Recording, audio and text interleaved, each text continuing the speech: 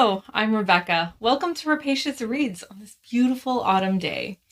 Happy Victober and happy Thanksgiving. Okay, so today, my little library is a giant mess because I went book shopping about a month ago, and the books have been sitting here waiting for me to film what do you call this? A book haul. So today I'm filming the book haul with the sole preoccupation upon my mind of shelving the books and cleaning my little library. Okay, so first we have She Stoops to Conquer by Goldsmith. I want to say Oliver Goldsmith. Now, originally, I had no idea what this book was about. However, last night, pardon my reach. Last night I was reading Vanity Fair and I came across this reference to this noble work, and here it is.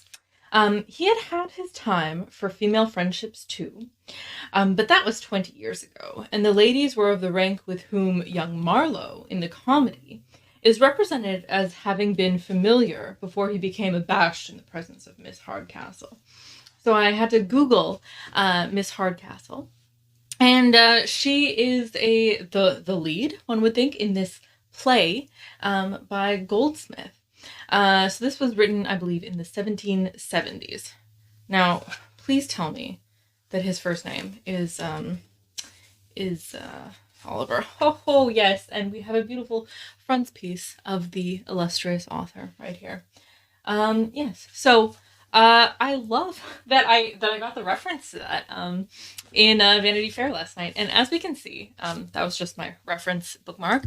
We're about 70% of the way through on our Victober reading adventure, so we're almost done our first book. So at this rate, I'm thinking we're only going to read 3 books this month, but we have hope. So let's carry on and let's see what's next. Okay, so here we have Theocritus, The Idylls, which lays the groundwork for pastoral poetry in the Western tradition. Theocritus of Syracuse, writing in the first half of the 3rd century BC, was the inventor of bucolic poetry. Now, my first foray into the bucolic poetry was Daphnis and Chloe, by Longus, which is, I believe, like the only ancient Greek like pastoral poetry that my library had. So I read what I could. So yes, this lays the groundwork for Virgil in the Eclogues, and influenced Petrarch and Milton. Oh my gosh, I'm gonna sneeze. Sorry. Okay. So next we have English prose, 1600 to 1660. So when I picked this up, I had assumed that it was going to be like sort of an anthology, writers during this time period who I could poke into. But it isn't quite what I expected. It is a series of selections from the writers of this period, and most of them I already know. I had assumed it would be something more along the lines of Bloom's work, where he has a little paragraph summarizing the author and putting them in the canon and saying what makes them notable. But this appears to be just blanket works. So I don't know how much I will in fact get out of this. We have our plain normal, like what we would expect. We've got John Donne, Thomas Hobbes, Ben Jonson. So names that we already know. I don't know Robert Burton though, so maybe we'll find something. And then the other thing is we may find something obscure by someone who is not obscure. So Robert Parsons, haven't heard of him. Lancelot Andrews. So these are some sermons. So we'll see during Ancients-a-thon if there's anything here outside the norm. Yeah, that's what I'm looking for when I pick up a book like that. Oh god, sorry. Okay. Okay, so next, oh my gosh, okay, I love this author. So what's funny, okay, this is R.K. Narian. He's an Indian author, and this is a 20th century classic. Outside my norm. Usually, I like to stick pre 1900, but I was just gonna branch out. And I like buying these like Indian, and a lot of like East Asian classics as well, because I tend to prefer reading those classics during the summer months. I just like to read about warmer climates when it is warmer out here. But the week preceding my purchase of this book, Steve Donahue had done his video on the canon and what Penguin Black Spines he would like to see included in the Black Spine collection. And he had said that everything R.K. Narian wrote should be in the Black Spines. So I was so happy to see another Malgudi book at the bookstore that I was frequenting. So Narian was writing before Indian independence. And so it's this sort of like time capsule of the Indian subcontinent. Yes, they're almost like written like fairy tales. I quite like the writing. Okay, so next, now, at first I'm like, Walter Pater, I don't know anything. Is the Epicurean. Okay, we've got some Greek vibes. But it turns out that this is a Victorian work. In 1885, so late Victorian. Walter Pater set his masterpiece in the reign of Marcus Aurelius, compared by many of the late Victorians to their own era. He took as his theme the reactions of the young Marius to a succession of moral and spiritual influences, in particular to Christianity, and at the same time used his story as a powerful artistic expression of his own life and inner development. In his use of subjectivity and impressionism, Pater was far in advance of his time, and his highly wrought prose style, okay, so now that's a little bit scary, has been emulated by many subsequent writers. So let's take a look at what exactly his prose style is. So this is just chapter 1, The Religion of Numa. As in the triumph of Christianity, the old religion lingered latest in the country, and died out at last as but paganism, the religion of the villagers before the advance of the Christian church. So, in an earlier century, it was in places remote from town life that the older and purer forms of paganism itself had survived the longest. Who starts a novel, or book rather, with the word as? As, yes, we are mid-argument. I don't think that I'm going to be reading this during Victoria, this Victober, small as it is. It seems a bit heavy. Yes. His complete command of language, combined with impeccable scholarship and profound self-analysis, is quite a literary achievement which, in spite of its Roman setting, is also a fascinating reflection of late Victorian England. I don't know how much I'm going to appreciate the Christianity in the Roman Empire. I don't know that I'm going to like it, but, we'll see it in another year. So here we have Euripides, and we have his collection Heracles. I believe I have Medea on my shelves already, so we're just collecting the full Euripides collection. And in here we have Alcestis, Heracles, Children of Heracles, and Cyclops. Euripides wrote about timeless themes of friendship, of enmity, hope and despair, duty and betrayal. The first 3 plays of this volume are filled with violence or its threat, while the 4th, Cyclops, is our only surviving example of a genuine satyr play, with all the crude and slapstick humor that characterize the genre. Now, isn't that sad? Whole genres decimated, and all that remains is one surviving work. Man, I'd like to read all of it. Okay, now we were just talking about Virgil's eclogues with Theocritus earlier in this thing. So Virgil has learned from Theocritus in the pastoral poems. Now, I've read Virgil's Aeneid, and I found it to be mere fan fiction of Homer. I didn't appreciate it for what it was. Now, it may have been the translation that I read. So perhaps I will give Virgil another try. Now, here he is merely imitating Theocritus. So will I ever get on with this great copycat? I don't know. Okay, next we have The New Woman. Now this is some sort of collection, it's drama, so it's a collection of plays, other emancipated woman plays. So we have Sidney Grundy, The New Woman. We have Arthur Wing Pinero, The Notorious Mrs. Ebbsmith. We have Elizabeth Robbins with Votes for Women. And we have St. John Hankin, The Last of the Demoulins. So I don't know what year these are from. Do we have a year of publication? Now here we have they're being compared to Ibsen. So the late 1800s, 1890,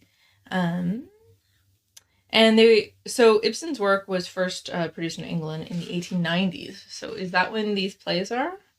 This is The New Woman was 1891. So we could. Okay, and here we have Emancipated Women as in Votes for Women. So women voting in England. So yes, this must be the late, so the 1890s or later, Edwardian perhaps. So this might be a little bit late for October, but you know, there are other months in the year besides October. Okay, here we have a French novel. Okay, let us try the French. Les Liaisons Dangereuses. Now, when I first picked this up at the bookstore, I had to open it and ensure that the prose was in fact in English. So yes, it has been translated. And this is by Coderlos de Laclos. I foresee that vengeance will move faster than love. The complex moral ambiguities of seduction and revenge make Les Liaisons Dangereuses from 1782 one of the most scandalous and controversial novels in European literature. So I'm expecting, now this is giving me Anne Radcliffe vibes. So I'm expecting something pacey, lots of plot points, lots of moving pieces. But we'll see how the French do it. Yes. So exciting. Scandalous. Okay. Here we have Maria Edgeworth, and we have Castle Rackrent and Ennui. Now, when I was at the bookstore, I first picked up Maria Edgeworth and just Castle Rackrent. And here they had this other collection that was a bind-up of two of her works. So I was excited because more is more. So Castle Rackrent is Irish family history, vividly and unreliably narrated by the loyal servant Thady, steward for the decaying Rackrent estates.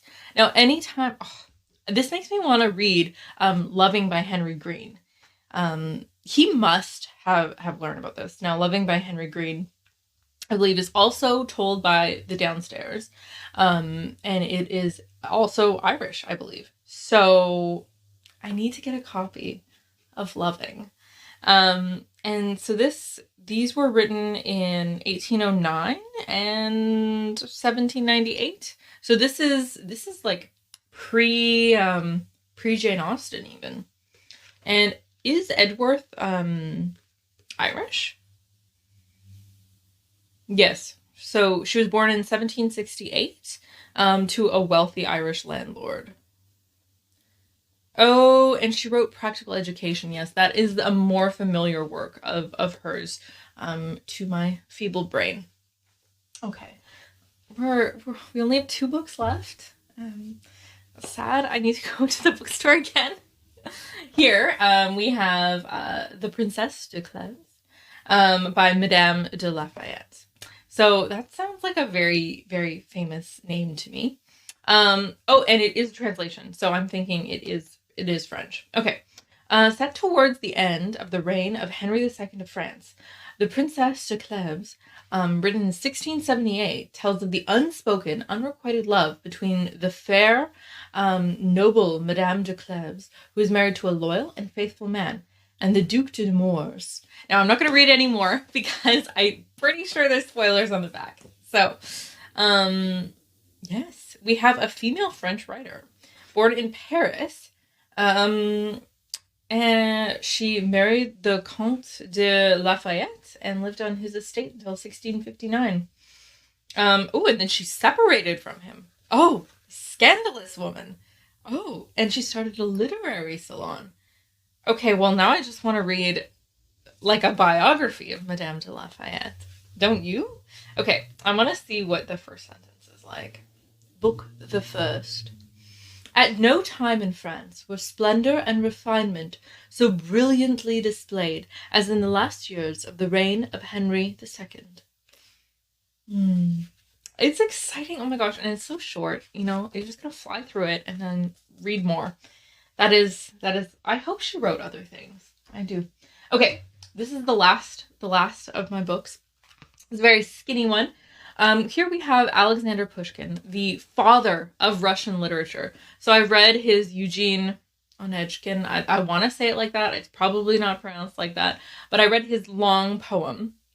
And this is who Dostoevsky and Tolstoy would have been reading. This is their father, their bread and butter, what they learned on, whose knee upon they sat as they learned the craft. So Pushkin was alive from 1799 to 1837. So very much of Jane Austen's time there.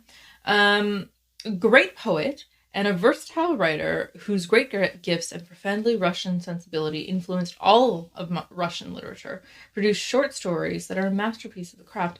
So yes, I had only known him as a poet, so I shall be very interested to see his short stories and perhaps to compare them to that other Russian short story writer, the famed one, whose name I can't remember. He wrote The Lady and the Little Dog, The Lady and the Dog. He wrote The Black Monk. I will think of his name as soon as I stop filming. Okay, but now we have 2 bonus books, because all of the books I have currently shown you are books that I have not read. But I bought 2 that I have already read because I am a famed user of the library. And most of what I've read in my lifetime has been from the library because I simply read too fast to buy every book that I read. So first, we have The Adventures of Robin Hood by Roger Landslen Green, and this is the same edition that I read from my local library as a small child. And I believe these colored editions of Penguin are the children's editions. And I just remember of this book the sad story, the famed story of Maid Marian and Robin Hood, and I just remember it ending tragically. Oh, and yes, it is in fact a children's book. We can tell by the large type and the picture. So perhaps I will read that to some small ones, or perhaps I'll just read it to myself. We'll see. Okay, so the final book that I have is by Heinrich von Kleist. It's The Marquise of O. And Other Stories. Now, I picked this up because I had just finished reading, I'm not going to remember the name of it. I have no memory. This is why anyway, I was reading How to Read Like a Writer by Frances Burton. That's what I was reading. And one of the books that she analyzes in that book to induce one to learn the craft, to draw true appreciation for language, is The Marquise of O. And as I was reading Frances Burton's work, I was like, this is so familiar. Like this feels familiar. Like it was the tone that was so familiar. And I had in fact read it, and I seem to be due for a reread based on how little I truly grasped from her analysis. How little I remembered of the plot points, and maybe I need to go in knowing how it ends so that I can analyze it more firmly. Yes. It's about a rape. It's about a woman made pregnant without her knowledge, and the fallout from that. Okay, so between 1799, when he left the Prussian army, and his suicide, or death by suicide in 1811, Kleist developed into a writer of unprecedented and tragically isolated genius. That's so sad. Kleist, that carries Kleist more forcefully than Goethe or Schiller across the gap between the 18th century and today. Oh my gosh, what other stories do we have in here? So we have An Earthquake in Chile. We have Michael Kohlhaas. We have The Beggar Woman of Locarno. Saint Cecilia, or The Power of Music. The Betrothal in Santo Domingo. And, The Foundling and The Duel. So his work is very evocative. So I'm excited to read that. And that is my full list of books that are immediately going to be shelved. We are going to have a clean library.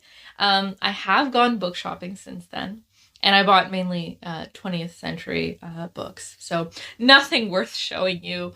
All right. So the most wondrous and benevolent of Victobers to you, and the happiest of Thanksgivings.